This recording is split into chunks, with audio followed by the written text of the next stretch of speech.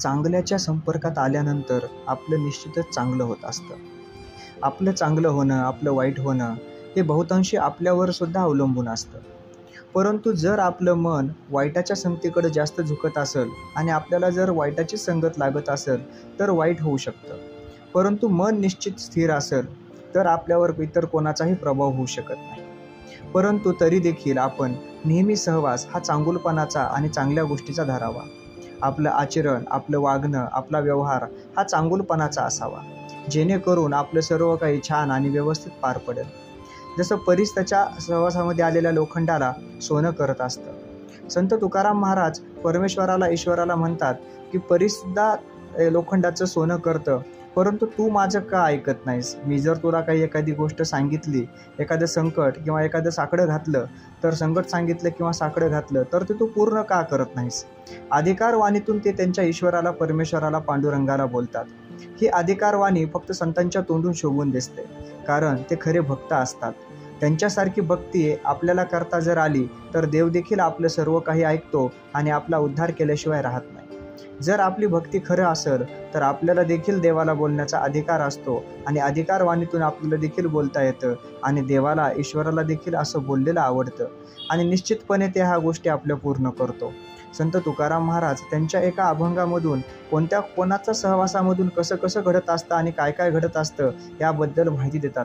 ते त्यांच्या अभंगामध्ये म्हणतात की परीस काय धातू सोने न करीतू, फेडितो निभ्रांतू लोह पांगू. काय तयाहुनी झालासी बापुडे, फेडिता साकडे माझे एक.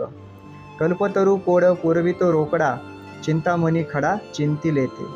चंदनाच्या वासे वसता चंदन, होती काष्ट आन वृक्ष याती. काय त्याचे उणे झाले त्यासी देता, विचारी अनंता तुका म्हणे. यामधून ते कोणाच्या संगतीमध्ये राहून काय परिणाम होऊ शकतो याबद्दल भाष्य करतात. या अभंगामध्ये ते म्हणतात की परीस काय धातू सोने न करीतू, फेडितो निभ्रांतू लोह पांगू. देवा, परीस त्याच्या संपर्कात आल्यानंतर लोखंडाला सोनं करत नाही का? निश्चितच तो त्याला सोनं करतो आणि त्या लोखंडाचा लोखंडपणा नाहीसा करून त्याला सोन्याचं रूप देतो. आपल्यासुद्धा आयुष्यामध्ये चांगले माणसं, संत हे आले तर निश्चितपणे आपल्या आयुष्याचं सोनं करत असतात. ते त्यांच्याकडचा चांगुलपणा आपल्याला देतच असतात, कारण चांगुलपणा दिल्यानं कमी होत नसतो आणि आपल्यामध्ये प्रगती होऊ शकते आणि आपली उन्नतीच होणार. पुढे ते सांगतात की काय तयाहुनी झालासी बापुडे, फेडिता साकडे माझे एक. देवा, मात्र तू त्याच्यापेक्षाही, त्या परीसापेक्षाही निष्ठुर का झालास? तू का असं माझ्यासोबत वागत आहेस?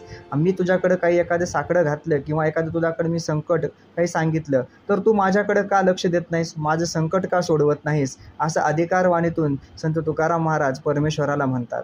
ते पुढे म्हणतात की कल्पतरू कोड पुरवितो रोकडा, चिंतामणी खडा चिंती लेते. कल्पतरूकडे जर तुम्ही काही मागणी केली तर साक्षात ते लगेच तुम्हाला त्यांची मागणी कल्पतरू पूर्ण करतो. आपण सांगितल्याबरोबर कल्पतरू आपल्याला हवी ती वस्तू देतो. चिंतामणी तर खडा आहे, जे तुम्ही मनामध्ये चिंतताल किंवा जे तुम्ही त्याला चिंतून मागून घेताल ती मागितलेली वस्तू चिंतामणी देखील त्वरित पूर्ण करून टाकतो, तो देऊन टाकतो. पण नंतर सांगतात की चंदनाच्या वासे वसता चंदन, होती काष्ट आन वृक्ष याती. चंदनाच्या सहवासामध्ये कोणताही वृक्ष असू द्या किंवा एखादी काष्ट असू द्या, तिला देखील चंदनाचा सुवास लागतो, चंदनाचा सुगंध लागत असतो. म्हणजे चांगल्यांच्या संगतीत आपण जर राहिलो तर कितीही आपण नाही म्हणलं तरी आपल्यामध्ये काही ना काही हे चांगले गुण येतच असतात, कारण चांगल्याची शक्ती ही खूप जास्त असते. चांगल्यांच्या तरंगलहरी ह्या खूप छान आणि व्यवस्थित पडत असतात आणि आपल्यावर ते कळत न कळत आपल्यामध्ये येतच असतात. जसं चंदनाच्या सहवासामध्ये असणाऱ्याला हा सुवास हा लागतोच लागतो चंदनाचा. काय त्याचे उणे झाले त्याचे देताना. देवा, ह्या सर्वांनी म्हणजे कोणी तर परीसानं लोखंडाला सोनं केलं, चिंतामणीनं हा खडा आहे, मागितलेलं देतो.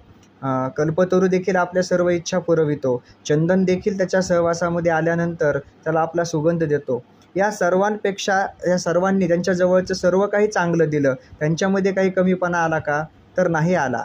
म्हणजेच काय तर जर आपल्याकडच्या चांगल्या गोष्टी आपण देत राहिलो इतरांना तर निश्चित ह्या गोष्टी आपल्याकडे वाढत जातात, त्याच्यात कमीपणा काही येत नसतो.